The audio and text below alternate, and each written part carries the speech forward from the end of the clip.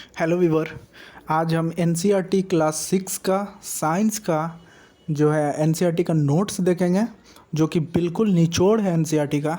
आप अगर किसी भी कम्पिटिटिव एग्ज़ाम की तैयारी कर रहे हो, चाहे बिहार टीचर 7th फेज़ की तैयारी कर रहे हो, उसमें भी साइंस का सेक्शन है जिसमें क्वेश्चन जो है एनसीईआरटी बेस ही पूछे जाएंगे।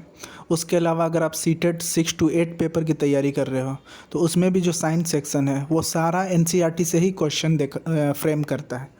तो अगर आप इस नोट्स को अच्छे से पढ़ लेते हो तो आप निश्चिंत रहेंगे कि आपका एग्ज़ाम में क्वेश्चन यहीं से पूछा जाएगा। और ये सेशन हमारा कंटिन्यू चलेगा जब तक कि बिहार टीचर की एग्ज़ाम नहीं हो जाता 7th फेज़ का। इसके साथ ही मैं भारतीय राष्ट्रीय आंदोलन जो कि सिलेबस में मेंशन है उसका भी टॉपिक से रिलेटेड नोट्स रोज़ लेकर आऊँगा।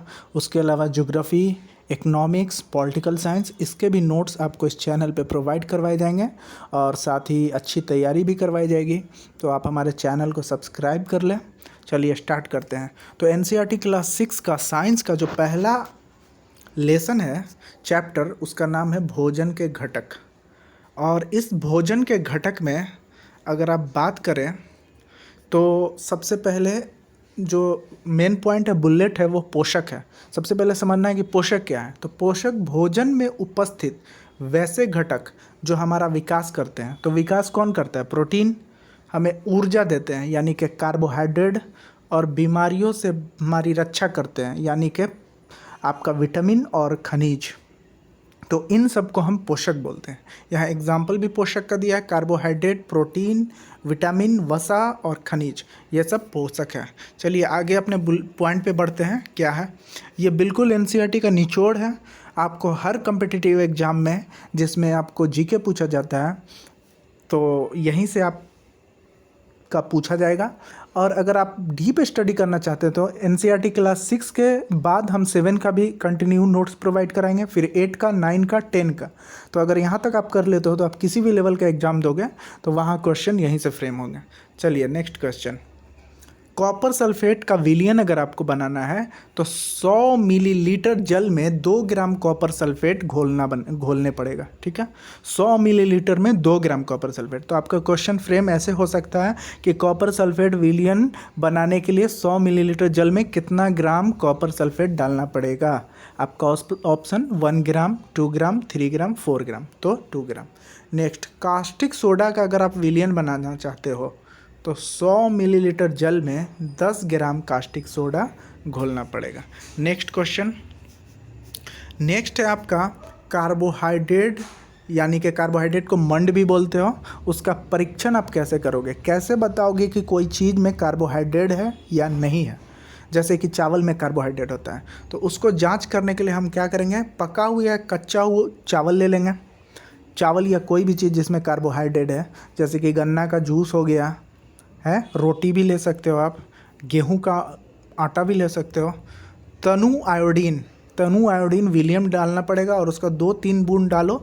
अगर वो नीला या काला हो गया तो मतलब उसमें कार्बोहाइड्रेट है।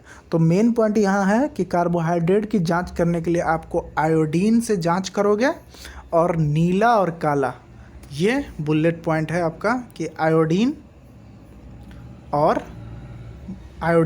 और नीला और काला। आयोडीन डालने पे अगर नीला काला हो जाए तो यानी कार्बोहाइड्रेट है। नेक्स्ट, अब प्रोटीन के लिए आप क्या करोगे? तो प्रोटीन के लिए आपको लेना है 2 बूंद कॉपर सल्फेट और 10 बूंद कास्टिक सोडा।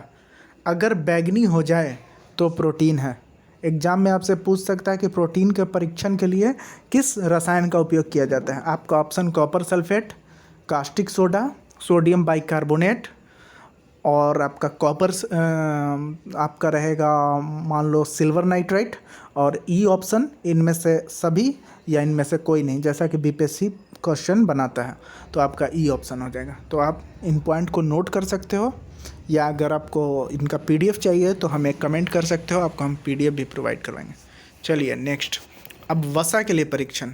वसा मीन्स फैट। तो आप फैट को तो ऐसे ही जान लोगे, कागज़ पे तेल का धब्बा अगर लग जाए, जैसे कि मान लो आप समोसा खाते हो, समोसे को आप कागज़ में लोगे तो कागज़ पे तेल का दाग हो जाता है, तो इससे आप पता कर लोगे उसमें वसा है। अगर आपके खाने में कार्बोहाइड्रेट सॉरी वो टॉपिक नहीं है। कार्बोहाइड्रेट तथा वसा ऊर्जा देने वाले भोज्य पदार्थ कहलाते हैं। एनर्जी गिविंग फूड कौन से हैं? कार्बोहाइड्रेट और वसा। नेक्स्ट, प्रोटीन को क्या बोलते हैं? तो प्रोटीन को हम बोलते हैं शक्तिवर्धक, यानी कि आपका क्या शरीर वर्धक, यानी कि ग्रोथ करने में हेल्प करेगा आपका प्रोटीन। तो कार्बोहाइड्रेट और वसा एनर्जी गिविंग ऊर्जा देते हैं और प्रोटीन शरीर का विकास करता है। अब हम देखते हैं कुछ बीमारी, कुछ विटामिन की कमी और उससे होने वाले रोग। ठीक है, तो यहाँ आप यहाँ से नोट भी कर सकते हो या आप यहाँ से भी पढ़ भी सकते हो, मैं आपको बता ही रहा हूँ। विटामिन ए की कमी से विटामिन ए क्या करता है? त्वचा तथा आँख को हेल्दी रखता है। विटामिन बी बेरी से बचाता है। बेरी में आपकी हड्डियाँ और अस्थियाँ कमज़ोर हो जाती हैं और आपको थकावट लगता है। विटामिन सी की कमी से आपका स्कर्वी होता है और ये रोग से लड़ने में भी मदद करता है। तो यहाँ विटामिन है और यहाँ इससे लाभ है। विटामिन डी हड्डी और दांत के लिए कैल्शियम का उपयोग में सहायक है। चलिए नेक्स्ट टॉपिक हमारा क्या है?